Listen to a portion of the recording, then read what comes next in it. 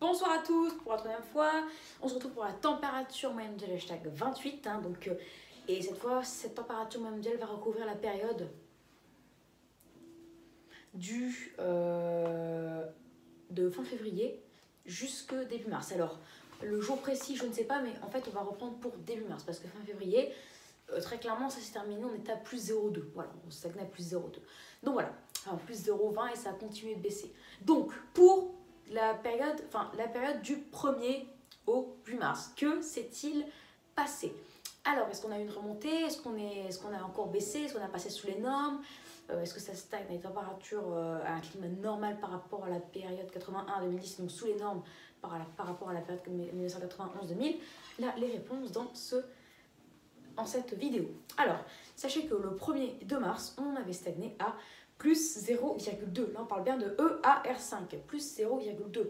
Ensuite, ça a commencé à monter, plus 0,25 le 3 mars, plus 0,3 le 4 mars, plus 0,35 le 5 mars, plus 0,4 le 6 mars, plus 0,45 le 7 mars, plus 0,5 le 8 mars. Donc voilà, là c'est parti pour monter. C'était parti pour monter. Donc là, on a gagné 0,3 degrés en l'espace de 6 jours, du 2 au 8 mars.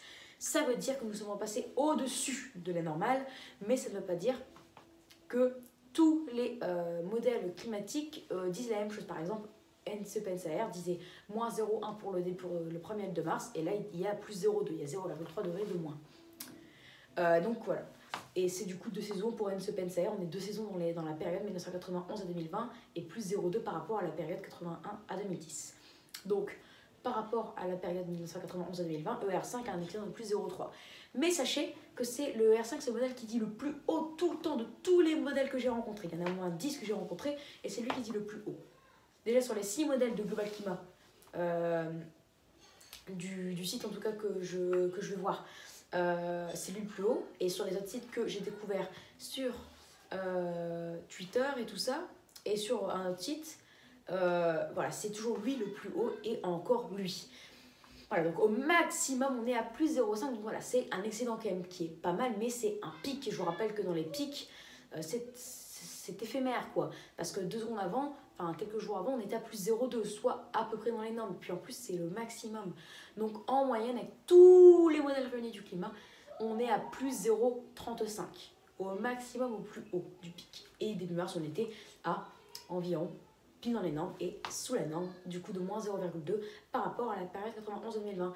Mais du coup, sachez que si on a atteint le pic aujourd'hui, le 8 en tout cas, mars, demain ça commencera normalement à rebaisser, car sur le modèle GFS du 8 au 13 mars a baissé et est passé de plus 0,5 à plus 0,3 en baissant de 0,05 par jour.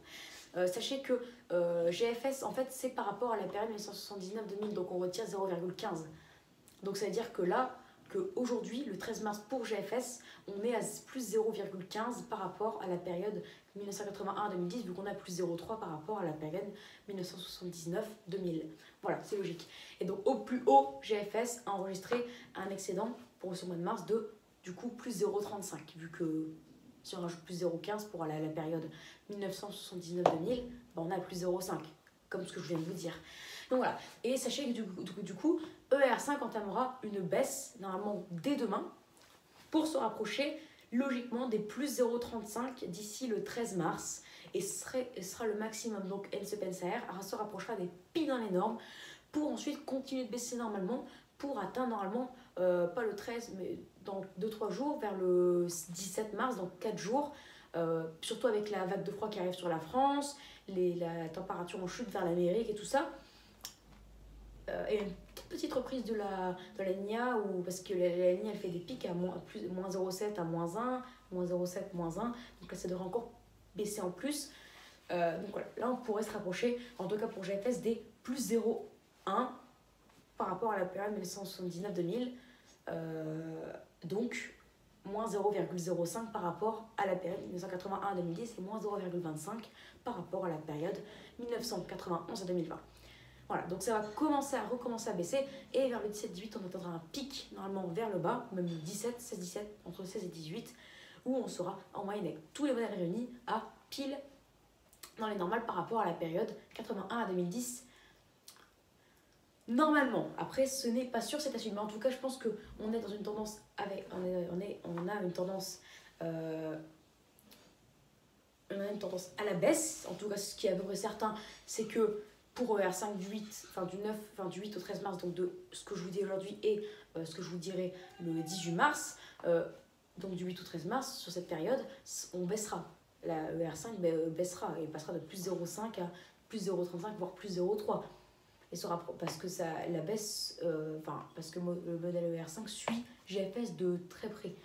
Même si ça garde une marge au-dessus, voilà, ça se suit comme ça, voilà, pour vous montrer.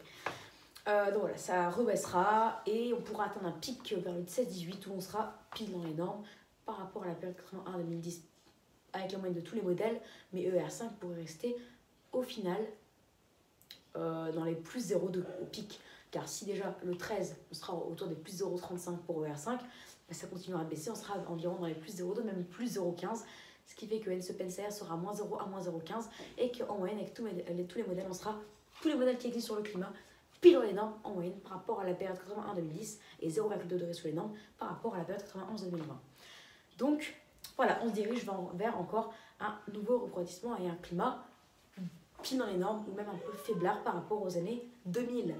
Voilà, du coup les amis pour cette vidéo, donc j'espère que ça vous aura plu. Donc voilà, un climat quand même qui reste dans la normale, on n'est pas dans les plus 0,7, plus 0,1 d'excédent comme ces dernières années. Non, là on a en moyenne dans tous les cas, en tout cas par rapport au mois de mars dernier, en moyenne déjà, on a un excédent de plus 0,36 pour ER5, plus 0,1 pour NCPNSAR et pour GFS, logiquement, du 1er au 13, on est à plus 0,3. Plus 0,3, mais moins 0,15, on est à plus 0,15. Et tout ça, c'est par rapport à la période 81 à 2010. Donc ça veut dire que pour la moitié des modèles, on est déjà sous les normes par rapport à la période 1991 à 2020 et presque dans les normes par rapport à la période 81 à 2010. Et ça pourrait encore baisser. C'est pour ça qu'au final, pour la première quinzaine de mars, pour que ce soit pour tous les modèles, donc ER5, on verra ça le 20, on se dirige vers un excédent de plus 0,3 qui baissera de plus 0,36 à plus 0,3. Et NCPNSA et GFS, peut-être vers les plus 0,05, plus 0,1. Et après, au final, au mois de mars, on se dirige vers un mois, à peu près comme février, quoi, avec un excédent de plus 0,25 pour ER5 et tout ça, quoi. Voilà, du coup, les amis, pour cette vidéo, j'espère que ça vous aura plu. Donc, n'hésitez pas à vous abonner pour être nouveau, liker, partager et n'hésitez pas à me donner des idées pour mes futures vidéos. Voilà, très bonne vidéo à tous et je vous dis à plus tard pour une prochaine vidéo. À tout de suite ou à tout à l'heure pour le bilan climatique de ER5 pour février 2021. Ciao, à tout de suite. Et même pour tous les modèles climatiques.